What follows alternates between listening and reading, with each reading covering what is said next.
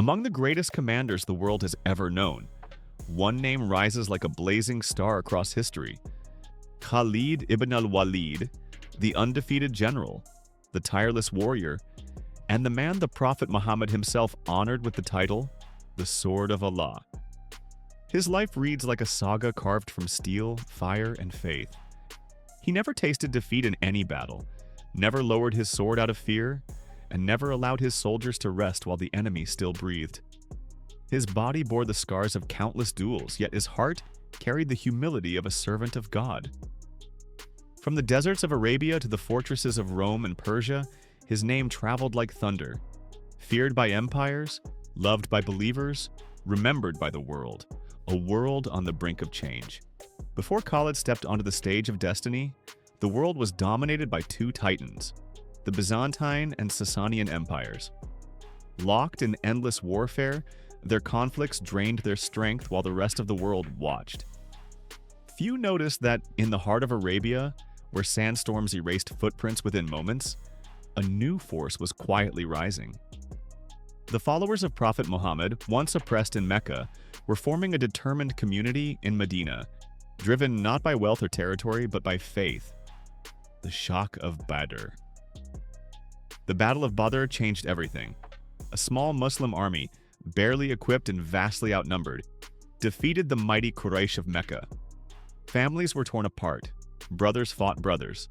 Khalid's own clan suffered heavy losses, and his brother Walid was captured. The Quraysh were shaken, their pride wounded, their power questioned for the first time. Khalid traveled to Medina to ransom his brother, but during his captivity, Walid's heart had softened toward Islam. When Khalid learned of this, the revelation struck him deeply, leaving him torn between loyalty to his tribe and an unspoken curiosity about the faith he had long rejected. Forged by desert and discipline, Khalid's childhood shaped the warrior he would become. Born into the noble Banu Makhzum, he spent his early years in the desert, where harsh winds carved strength into every bone. When he returned to Mecca, his father oversaw his intense training.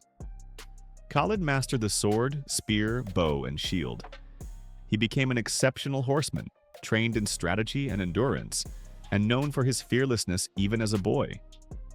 Stories tell of his childhood wrestling match with Umar ibn al-Khattab, where Khalid's strength even injured Umar's leg. In Mecca, he grew up believing he was destined to command armies, and fate would prove him right.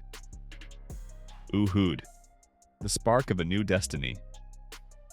A year after Badr, Mecca marched again, determined to restore its honor. At Uhud, the Meccans numbered 3,000, while the Muslims stood at 700. Prophet Muhammad, positioned archers on the strategic hill of Ainayin, blocking the route Khalid was searching for.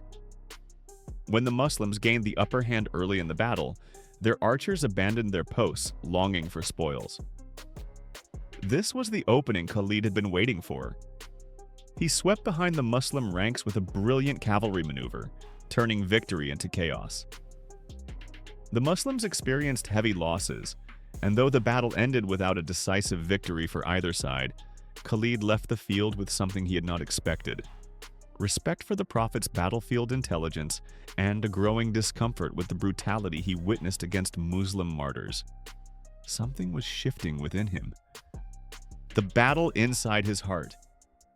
Time passed, and the Treaty of Hudaybiyah brought peace between Mecca and Medina. It was during this period of calm that Khalid's heart grew restless. When the Prophet visited Mecca for Umrah, Khalid avoided crossing paths with him, not out of hatred, but out of confusion. His brother Walid soon wrote him a letter describing how the Prophet had asked about Khalid and expressed hope for his guidance. Those words pierced his heart. Khalid finally accepted that he had been fighting not truth, but his own ego. He sought companions who might join him on the journey to Medina, but most refused. Only Uthman ibn Talha agreed. On their way, they met Amr ibn al-As, also traveling to embrace Islam. And together these three pillars entered Medina to begin a new chapter. The day Khalid accepted Islam. When Khalid arrived, the Prophet Muhammad rose to greet him with a smile that Khalid would remember for the rest of his life. Khalid, the prophet said, I knew you were coming. You are late, but you come to us with great strength. Khalid felt years of inner turmoil melt away. He recited the Shahada, surrendered his pride, and began a new life as a believer. The prophet Saudabya raised his hands and prayed for Khalid's forgiveness. Then came the title that would follow him until the end of time. You are the sword of Allah. Mu'tah, and where 9 swords broke. Khalid's first major test as a Muslim commander came in the Battle of Mu'tah against the colossal Byzantine Empire. The Muslims had only 3,000 soldiers facing a Roman force of over 100,000. What should have been certain annihilation became a display of unprecedented genius. Khalid reorganized the lines, rotated units, and created illusions of reinforcements. He fought with such ferocity that 9 swords shattered in his hands. Through impossible courage and strategy, he saved the Muslim army and brought them home safely. The Prophet honored him for this miracle and reaffirmed his title as the Sword of Allah, the sacred strand of blessing. One day, as the Prophet trimmed his hair, his companions collected the strands with reverence. Khalid took some of those blessed hairs and placed them inside his turban. He entered every battle wearing them. Whenever asked about the secret of his victories, Khalid would lift his turban and reveal the hair. With this, he would say, Allah granted me victory.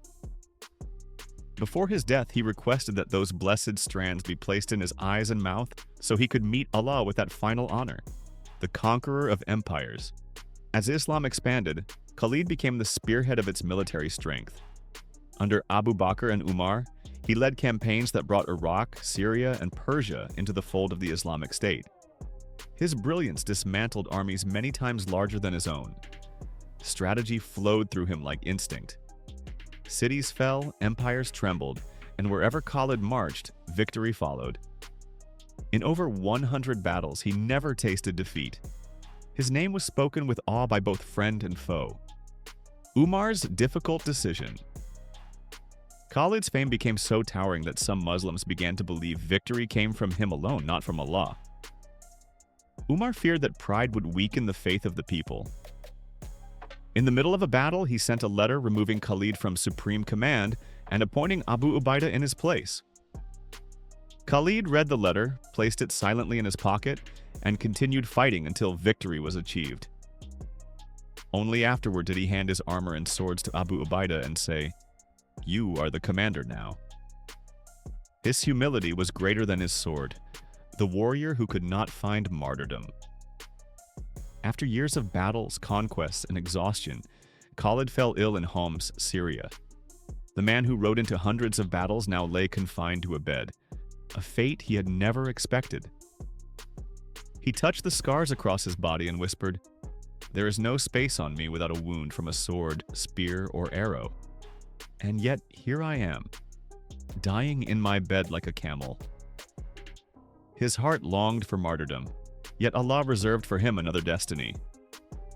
He gave away his only possessions, his sword and his horse, and asked to be buried with simplicity. The legacy of today's jihad. As centuries passed, scholars reminded the world that the nature of struggle transforms with time. In the modern age, as Bediüzzaman Said Nursi emphasized, victory comes through knowledge, education, ethics, and persuasion, not warfare. In Mecca, early Muslims spread their message quietly through wisdom and character. Today, the world demands the same. Muslims must strengthen themselves with learning, unity, and compassion, avoiding the traps set by extremist groups and foreign agendas. True strength lies not in violence but in living faith with dignity and truth.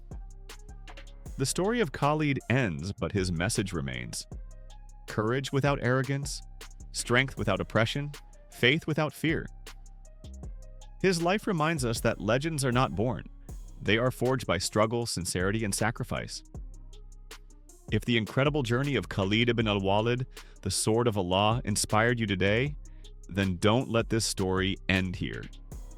If you enjoyed this documentary-style storytelling, make sure to hit the like and subscribe to the channel. Drop your thoughts in the comments below. Tell us which hero, ruler, or forgotten chapter of history you want us to cover next. Until next time, stay curious, stay inspired, and stay connected.